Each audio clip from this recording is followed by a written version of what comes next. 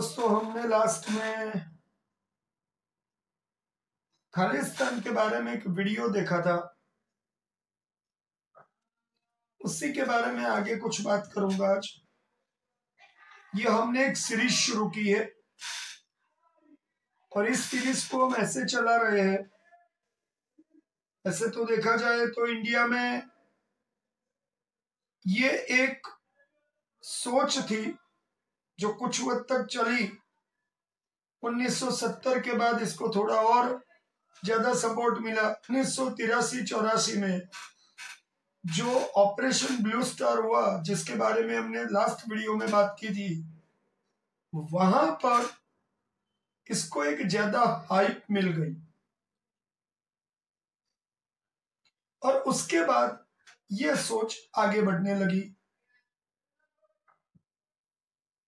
इसके बाद जो भारत में चेंज आया उसके आज कुछ बात करेंगे। जैसे 1984 में इंदिरा गांधी की हत्या होती है। अब यहां पर मैं थोड़ी हिस्ट्री को कनेक्ट करूंगा। वैसे मैं कभी भी किसी एक लीडर की ना फेवर करता हूं ना अपोज करता हूं, मगर बहुत से लोगों का आज 2023 में मानना है कि शायद इंदिरा जी ने इस पूरे इंसिडेंट को ऑपरेशन ब्लू स्टार के हिसाब से हैंडल नहीं किया होता तो शायद इसको आसानी से सोल्व किया जा सकता था। खैर, वो एक बीते हुए कल की बात है, मगर कुछ दाग जिंदगी भर रह जाते हैं। तो हमें यह भी याद रखना है कि इंदिरा जी की इसके बाद हत्या होती है, जिसके बारे में हमने लास्ट टाइम बात की थी। और उसके बाद कांग्रेस इंदिरा जी के बेटे राजीव जी को उस पोजीशन पे लेके आती है जहां पर उनको प्राइम मिनिस्टर बना दिया जाता है। वैसे तो ये भी कहा जाता है, आई रिपीट, ये भी कहा जाता है कि शायद यहां पर प्रणब मुखर्जी, जो आगे जाके इस देश के राष्ट्रपति भी बने नरेंद्र मोदी के वक्त में, वो प्रधानमंत्री बनने के लायक थे। मगर तब लोगों का जो एक उनकी भावनाओं का उबाल था, राजीव जी को देश का प्रधानमंत्री बना दिया। और इस देश में उसके बाद जो जनरल इलेक्शन हुए, इसमें कांग्रेस को खुद को 1950 के बाद जो इलेक्शन हुए से तब से लेके अब तक का सबसे ज्यादा largest majority, single party majority मिला था, मोर देन 400 सीट्स। ये था भावनाओं का उबाल। और इसके अंदर ये इतने ज्यादा बहते गए कि इन्होंने इसी वक्त के अंदर अपने ही लोगों को जो रोकना था इंदिरा जी की मौत के बाद, वो नहीं रोका। मेरी पूरी बात राजीव जी के हिसाब से है। तो राजीव जी ने लोगों को नहीं रोका और देश के अंदर बहुत बड़े सिख दंगे हुए। इसके अंदर बहुत से सिख भाइयों को, सिख लोगों को मारा गया। देखो, यहां पर मैं थोड़ी एक और हिस्ट्री को कनेक्ट करूंगा। 1947 जब देश आजाद हुआ, उसके बाद महात्मा गांधी जी की जब हत्या हुई थी, उसके बाद जिस तरीके से महाराष्ट्र में चित्त पावन ब्राह्मणों को मारा गया था, वो भी कांग्रेस के लोगों ने ही मारा था। और इसमें भी 84 में जो दंगे हुए, उसमें भी सिख लोगों को कांग्रेस के ही वर्कर्स ने मारा। और इसके अंदर जगदीश टाइटलर का नाम बहुत आगे चला। उनके ऊपर केसेस भी चलते रहे। शायद अभी भी वो केस चल रहा है और उनको कोई सजा अब तक नहीं हुई, जबकि बहुत से सिख लोग इसके अंदर बेरहमी से मारे गए।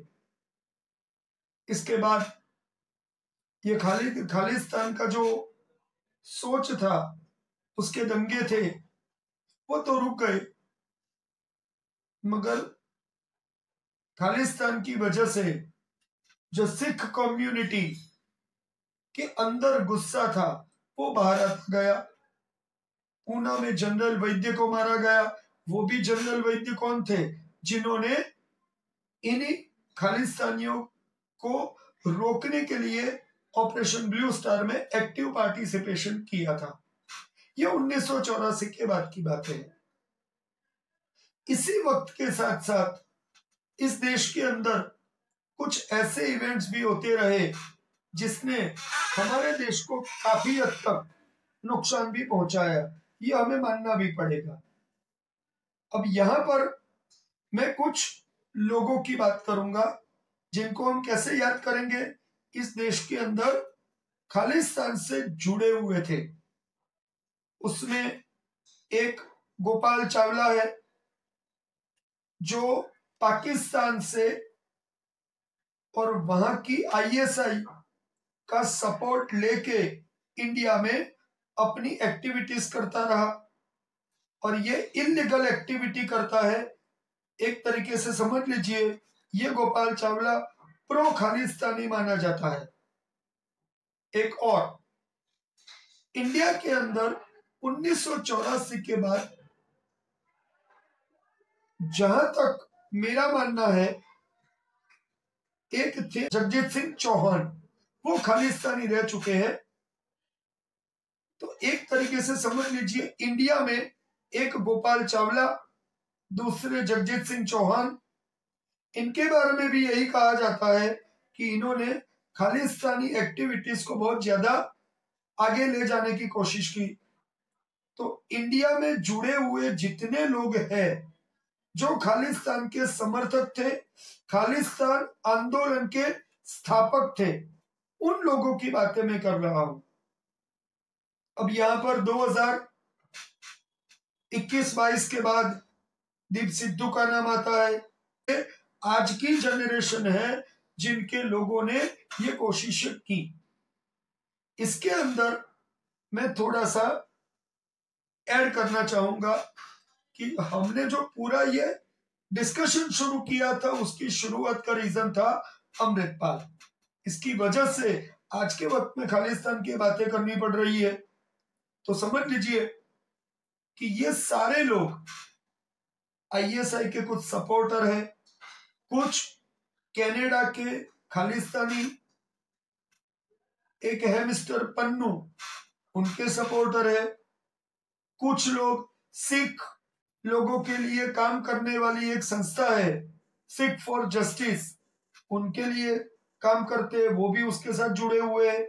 ये सारे लोग इंडिया में ये एक्टिविटी करते रहे हैं, और इसीलिए हम 1984 के बाद की खालिस्तानी एक्टिविटी को उतनी हाईलाइट तो नहीं दी जाती, मगर उतना एग्रेसिव भी माना जाता है जो चलता रहा।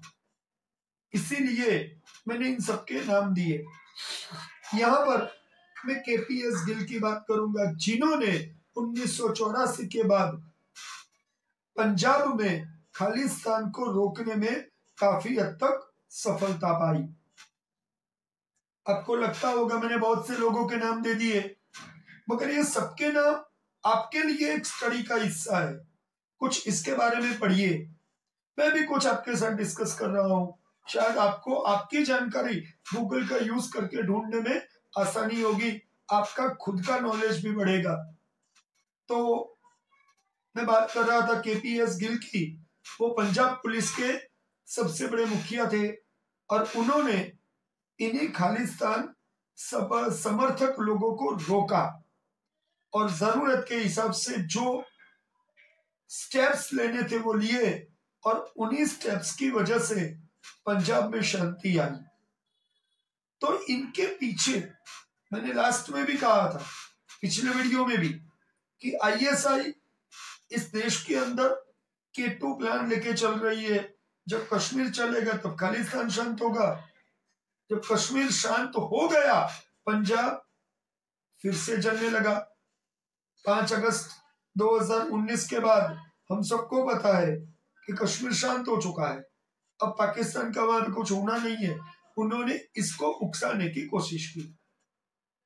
यहाँ पर हमें ये याद रखना है कि हमारे कुछ मूवी मेकर्स भी इन्हीं आतंकवादियों को, इन्हीं ऐसे एक्सट्रीमिस्ट को, मैं इनको एक्सट्रीमिस्ट कहूंगा, जिन्होंने हत्याओं का साथ लिया, हिंसा का समर्थन देके लोगों को मारने की कोशिश की अपने पर्पस को पूरा करने के लिए। और वहीं पर मैं माचिस नाम की एक मूवी की बात करूंगा।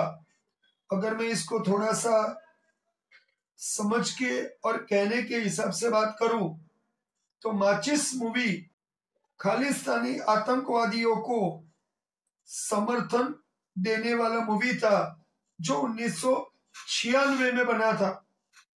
और माचिस मूवी अल्टीमेटली वही कहता है कि एक बार जो क्राइम के रास्ते पे चला जाता है फिर वो वापस नहीं आता। कई बार ऐसा भी होता है कि जिसने गुनाह नहीं किया उसको उसके अंदर भुगतना भी पड़ता है।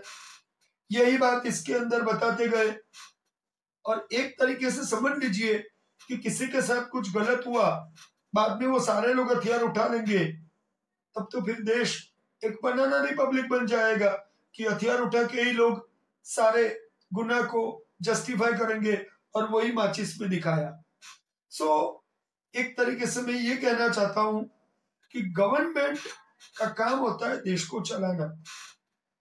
और हमारे कंट्री में ये दो सोच है। एक सोच कि जो कानून के हिसाब से देश चलना चाहिए, और एक सोच कि अगर कानून हमें समर्थन नहीं देता या कानून का हमें साथ नहीं मिलता तो हम अपने हिसाब से हथियार उठा के कुछ भी कर लेंगे। और उसी में ये मूवीज इसको ज्यादा सपोर्ट देने की कोशिश करता है। तो एक तरीके से समझ लीजिए देश के अंदर ऐसे प्रो खालिस्तानी ग्रुप्स भी है जो इंटेलेक्चुअल्स है, जो यही कहने की कोशिश कर रहे हैं कि भाई हम भी अपनी बात रखेंगे, और वो वायोलेंस को जस्टिफाई करते हैं। यहां पर मैं कभी भी किसी भी वायोलेंस को सपोर्ट नहीं करता, क्योंकि वायोलेंस से देश कभी भी आगे नहीं बढ़ता। मान लीजिए इंदिरा जी ने ऑपरेशन ब्लू स्टार किया, वो भी एक वायोलेंस था, मगर वो सरकार से किया गया एक काम था जो उनको करना पड़ा। उसको जस्टिफाई नहीं करे मगर वो हुआ तो सही। इस देश के सिख भाई बहनों के दिल में आज भी ये एक गुस्सा भी है, उबाल भी है कि हमारे हरमंदिर साहिब के अंदर वेपन्स आए, सोल्जर्स आए, जहां पे लोग पगड़ी की इज्जत रखते हैं, गुरु ग्रंथ साहिब की इज्जत रखते हैं, वहां तक वेपन्स ले जाना पड़ा। यह कोई खुशी की बात नहीं है। और इस बात को हम सबको मानना पड़ेगा कि किसी भी कंडीशन में वेपन्स जरूरत के हिसाब से यूज होते हैं, मगर वो देश के सुरक्षा के लिए, किसी भी धर्म की पवित्र सोच को नुकसान पहुंचाने के लिए नहीं। तो इंदिरा जी ने जो किया वो करना पड़ा, उसको जस्टिफाई हम नहीं कर सकते। हमारे लिए सारे सिख हमारे सर की इज्जत के बराबर है, तो हम इनको कभी भी नीचा नहीं मानते।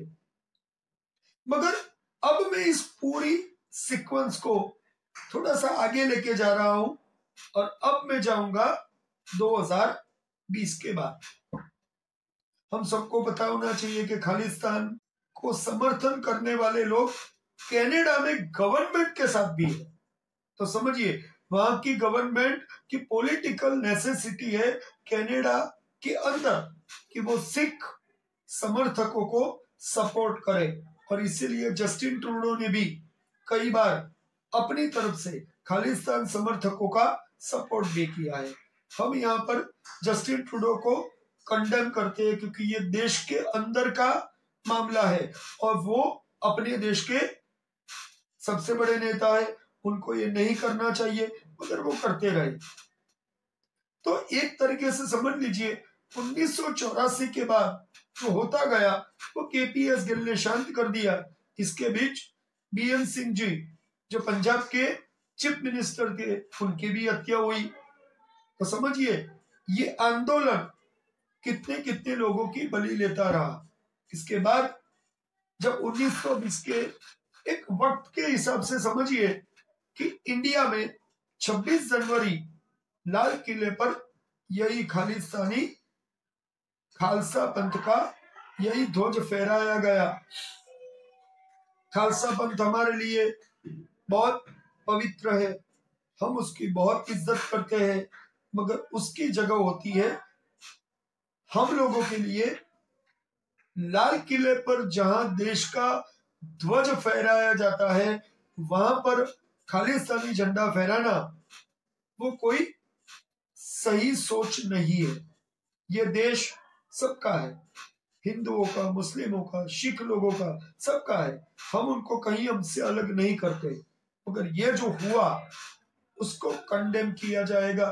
खालिस्तान एक सोच था और वो सोच ही है क्योंकि यहाँ पर पाकिस्तान की गंदी सोच इसके पीछे है और इसने इसको उकसाया है।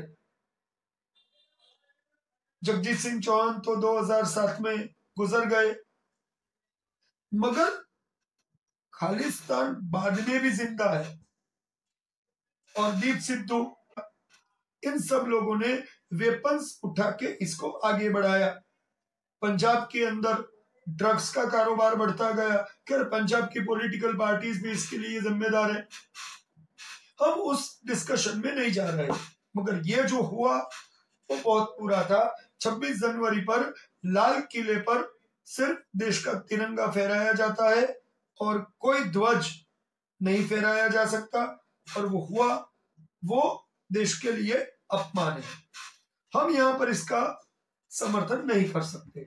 इसके बाद दीप सिद्धू की संदिग्ध हालात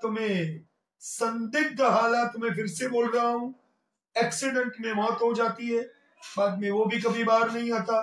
सिख फॉर जस्टिस के लिए काम करने वाला एक पन्नू वो खालिस्तान रेफरेंडम की बात करता है। 2020 रेफरेंडम वो कनाडा में करवाता है और वो ये प्रूव करने की कोशिश करता है कि सारे खालिस्तान को समर्थन करने वाले सिख लोग आज भी है, मगर उसमें भी कोई सच्चाई नहीं है। मगर ये आज की जनरेशन के लिए इतना हिस्ट्री कहने की जरूरत क्यों पड़ी?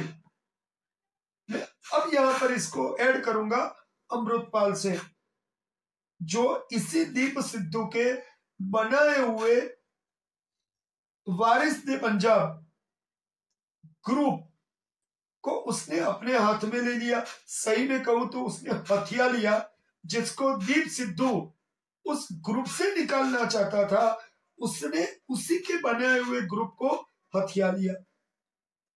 अपनी एक वक्त में ये अमृतपाल दुबई में एक ट्रक ड्राइवर था।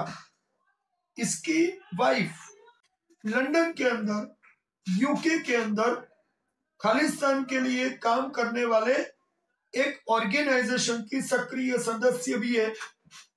तो समझ लीजिए इसका पूरा फैमिली खालिस्तान की सोच का समर्थक है।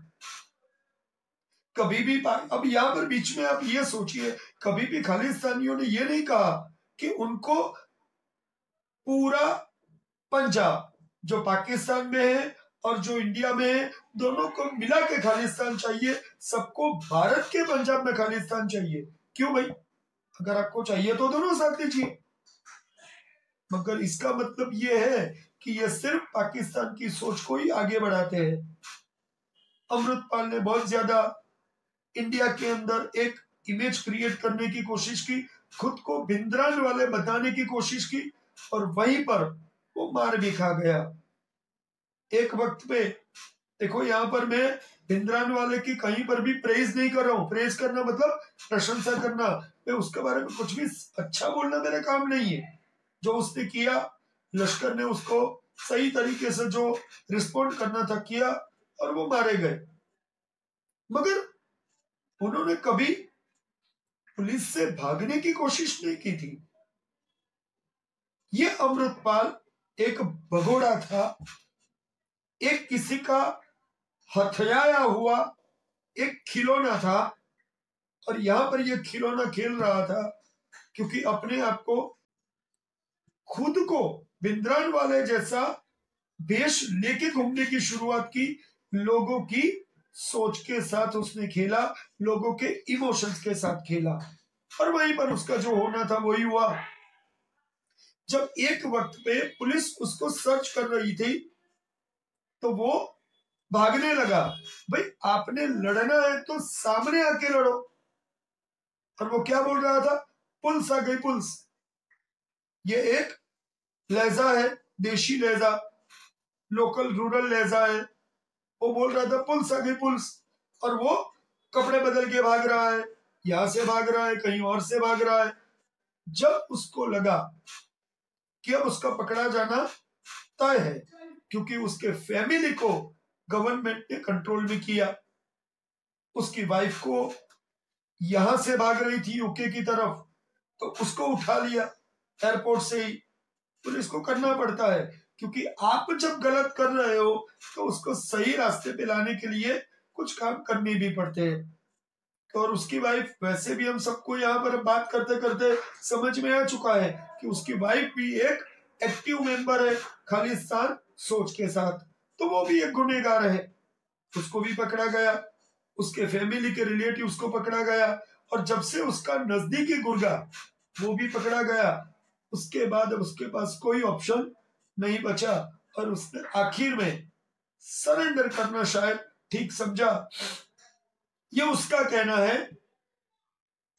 सही में यहां पर पुलिस भी, मेरा मतलब है पंजाब पुलिस से, पंजाब पुलिस ये डिक्लेयर नहीं कर रही कि अमृतपाल को उन्होंने पकड़ा है या अमृतपाल ने खुद सरेंडर किया है। मगर एक बात क्लियर है, ये आज के वक्त तक का ये आखिरी मोहरा था पाकिस्तान का। वो चला जा चुका है, और अब खालिस्तान सिर्फ कनाडा के अंदर है।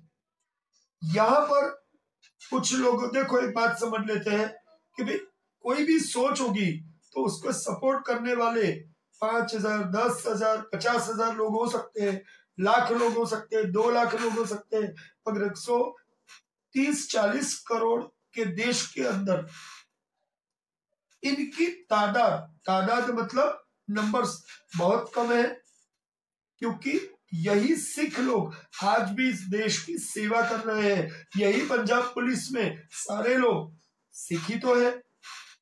सिख हमारे सर की इज्जत है, मैं बार बार इस मानता हूं। रंजीत सिंह को मैं इस देश का एक हीरो मानता हूं, मगर साथ में खालिस्तान के लिए चलने वाले इन सबको मैं भगोड़े मानता हूं, हत्यारे मानता हूं, क्योंकि ये अपनी सोच के लिए हिंसा का समर्थन करते हैं। जिस देश के अंदर हिंदू और सिख कभी अलग हुए नहीं, उन हिंदुओं से सिखों को अलग करने का काम, पंजाब की कुछ जनता को उकसाने का काम, यही तो पाकिस्तान करवा सकता है। वरना याद रखिए, इसी सनातन को बचाते हुए औरंगजेब के सामने खुद को सरेंडर नहीं किया था किसी भी सिख गुरुओं ने। गुरु गोविंद सिंह ने खुद की बलि दी थी। इसका पर्पस क्या था? सनातन को बचाना। मतलब सिख हिंदू और सनातन के साथ ही है और हमारे साथ ही रहेगा। इनका ध्वज का रंग भी क्या है? भगवा। निहंग सिख सिर्फ तकलीफ में आने वाले लोगों को बचाने के लिए आते हैं। और यहां पर आप ये सोचिए, जो किसान कानून का प्रोटेस्ट चल रहा था उसमें यही निहंगों को ऐड भी किया गया। किस लिए? पर्पस क्या था?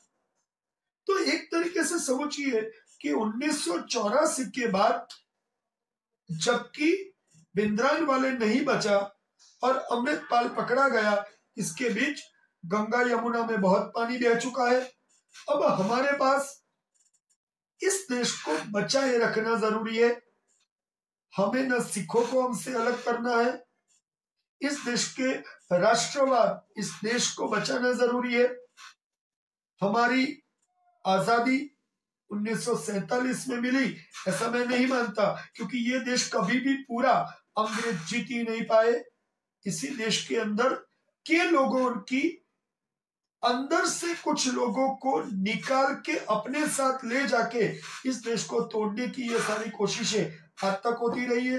दोस्तों, आज मैंने थोड़ी बातें आपके साथ शेयर की है, शायद आपको अच्छी लगे तो इसको आगे बढ़ाइए। मेरे दोनों वीडियोस आपके पास अवेलेबल होंगे अब, इन दोनों वीडियोस को देखिए। पहले वीडियो की लिंक इसके डिस्क्रिप्शन में आपको मिल जाएगी और इन दोनों को देखिए। और इसके साथ साथ मेरा एक खुद का ब्लॉग है, नॉलेज इज वेल्थ, उसके ऊपर भी मैंने खालिस्तान से रिलेटेड एक ब्लॉग डाला हुआ है, वो भी यहाँ पर आपको मिल जाएगा। इन सारी बातों को देखिए। बीच बीच में जब भी कोशिश हुई, मैं इस खालिस्तान के मुद्दे को यहाँ पर रोकूंगा नहीं, जब भी कोशिश हुई वहां पर जगजीत सिंह चौहान, गोपाल चावला, इन लोगों के क्या क्या काम थे, क्या गलत काम इन्होंने किए, इसकी हिस्ट्री भी कभी बात करेंगे। मगर अभी इन दोनों वीडियोस को मैं कंप्लीट कर रहा हूँ, इस सीरीज को यहाँ पर पूरा कर रहा हूँ। जहां पर हो सका इस सीरीज के अंदर कुछ वीडियोस ऐड करता रहूंगा। अभी तक इतना। दोस्तों, इस चैनल को सपोर्ट कीजिए, शेयर कीजिए, लाइक कीजिए। यही चैनल है जो ऑथेंटिक इंफॉर्मेशन पास्ट से लेके प्रेजेंट तक सबको, सबकी कड़ियां जोड़ के आपको कुछ देने की कोशिश कर रही है। तो गोकुलेश महाराज ब्रॉडकास्ट कुछ छोटे छोटे काम कर रहा है, उसको आपके सपोर्ट की जरूरत है। आपका सपोर्ट मतलब आप इस चैनल के खुद सब्सक्राइबर बनिए, कुछ लोगों को जोड़िए और इस चैनल को आगे बढ़ाने में हमारा साथ दीजिए। Thank you.